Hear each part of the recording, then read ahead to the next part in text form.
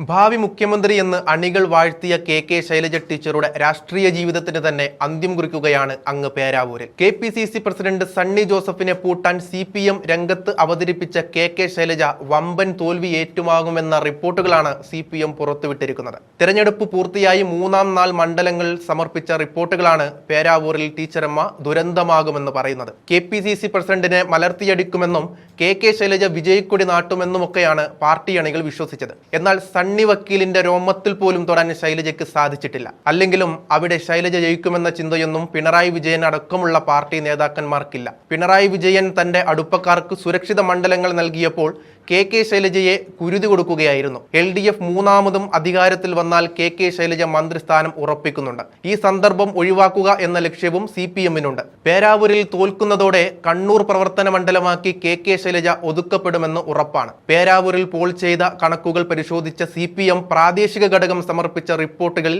K Shailaja 3000 വോട്ടുകൾക്ക് പിന്നിലാണെന്ന് അടിവരയിട്ട് പറയുന്നുണ്ട്. ശക്തമായ പോരാട്ടം കാഴ്ചവെക്കാൻ സാധിച്ചുവെങ്കിലും അതൊന്നും പക്ഷേ സണ്ണി ജോസഫിനെ കീഴ്പ്പെടുത്താൻ പര്യാപ്തമായവയല്ല എന്നും CPM അടിവരയിട്ട് പറയുന്നുണ്ട്. പേരാവൂർ എന്തു വില കൊടുത്തും തിരിച്ചു പിടിക്കുക, KPCC പ്രസിഡന്റിനെ തറ പറ്റിക്കുക, കണ്ണൂരിലെ UDF ശക്തി കേന്ദ്രത്തിൽ കെ ശൈലജയെ തന്നെ CPM കളത്തിറക്കിയതിന് പിന്നിൽ ഈ ലക്ഷ്യങ്ങളായിരുന്നു എന്നാണ് വെപ്പ്. മണ്ഡലം പിടിച്ച് അഭിമാന പോരാട്ടത്തിൽ വിജയിച്ച് കയറി വീണ്ടും അധികാരത്തിലെത്തിയാൽ മന്ത്രിയാകാമെന്ന വ്യാമോഹം കെ ശൈലജയ്ക്കുണ്ടായിരുന്നു. കണ്ണൂരെന്ന CPM-ന്റെ ചെങ്കോട്ടയിലെ UDF മണ്ഡലത്തിൽ CPM-ന്റെ കരുത്തുറ്റ മുഖങ്ങളിലൊന്നായ ശൈലജയെ തന്നെ പാർട്ടി നിയോഗിക്കാൻ തീരുമാനിച്ചതും ആ കാരണം കൊണ്ടാണ് എന്നും മാധ്യമങ്ങൾ വിധിയെഴുതി. ഇടതുതരംഗം ആഞ്ഞു വീശിയ കഴിഞ്ഞ നിയമസഭാ തെരഞ്ഞെടുപ്പിൽ പോലും ഇളകാതെ UDF-ന് കൈകൊടുത്ത മണ്ഡലത്തിൽ ശൈലജ വിജയിച്ചു കയറുമെന്ന് പിണറായി പോലും കരുതിയിട്ടില്ല എന്നതാണ് സത്യം. അപ്പോൾ പിന്നെ CPM-ലെ ശക്തമായ വനിതാ നേതാവിനെ എന്തിന് പേരാവൂരിൽ എത്തിച്ച് ബലി കൊടുത്തു എന്ന ചോദ്യത്തിനു കൂടി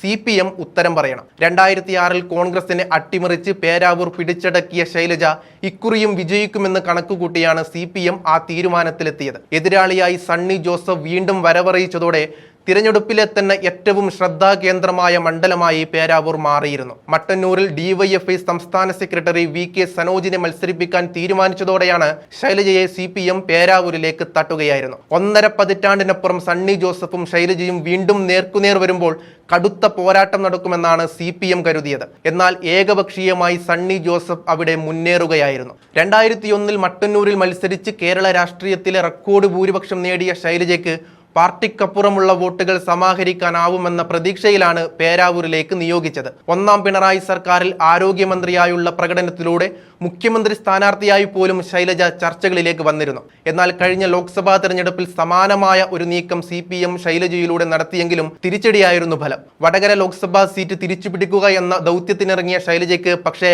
ഷാഫി പറമ്പിലിന് മുന്നിൽ അടിതെറ്റി. എന്നാൽ വടകരയിലെ സ്ഥിതി ആയിരിക്കില്ല പേരാവൂരിലെന്നാണ് ഇടതുപക്ഷം വിശ്വസിച്ചത്. 2021-ൽ പേരാവൂരിൽ കിതച്ചു ജയിച്ച സണ്ണി ജോസഫ് ഇത്തവണ ശൈലജയ്ക്ക് മുന്നിൽ വീഴുമെന്ന ഉറച്ച പ്രതീക്ഷയിലാണ് ഇടതുപക്ഷം നിന്നത്. ഉറച്ച പാർട്ടി വോട്ടുകൾക്കൊപ്പം ശൈലജയുടെ ജനപ്രീതിയും കൂടി വോട്ടാകുമ്പോൾ സീറ്റ് തിരിച്ചുപിടിക്കാമെന്ന് പാർട്ടി കരുതിയിരുന്നു. എന്നാൽ സംസ്ഥാനം ഒട്ടാകെ UDF തരംഗം ആഞ്ഞു വീശിയ തിരഞ്ഞെടുപ്പിൽ പേരാവൂരിൽ വോട്ടുകൾ കൂട്ടമായി UDF-ൽ എത്തുകയായിരുന്നു. പേരാവൂരിനെ ഒരു തവണ ഞെട്ടിച്ചതിന്റെ ചരിത്രം കൂടി ശൈലജയ്ക്കുണ്ട്. 2006-ൽ പേരാവൂരിൽ മത്സരിച്ച കെ ശൈലജ കോൺഗ്രസിന്റെ സിറ്റിംഗ് MLA ആയിരുന്ന AD മുസ്തഫയെ 9099 വോട്ടുകൾക്കാണ് പരാജയപ്പെടുത്തിയത്. മണ്ഡലം രൂപീകൃതമായ ശേഷം ഇടതുപക്ഷം നേടിയ ഏറ്റവും വലിയ വിജയമായിരുന്നു അത്. ഇത്തവണ അത് ആവർത്തിക്കാൻ കഴിയുമെന്ന് CPM വിശ്വസിച്ചിരുന്നു. എന്നാൽ ആ സാഹചര്യമല്ല ഇപ്പോഴെന്നാണ് സംസ്ഥാനത്തുള്ള ഇടതുവിരുദ്ധ തരംഗം പേരാവൂരിലും ആഞ്ഞടിക്കുമെന്നാണ് UDF അവകാശപ്പെടുന്നത്. ലോക്സഭാ തിരഞ്ഞെടുപ്പിലെ ഫലവും സമീപകാലത്ത് നടന്ന തദ്ദേശ തിരഞ്ഞെടുപ്പ് ഫലവും ഇതിന് തെളിവാണെന്നും UDF ചൂണ്ടിക്കാണിക്കുന്നുണ്ട്. അവരുടെ പ്രതീക്ഷ തെറ്റിയില്ല.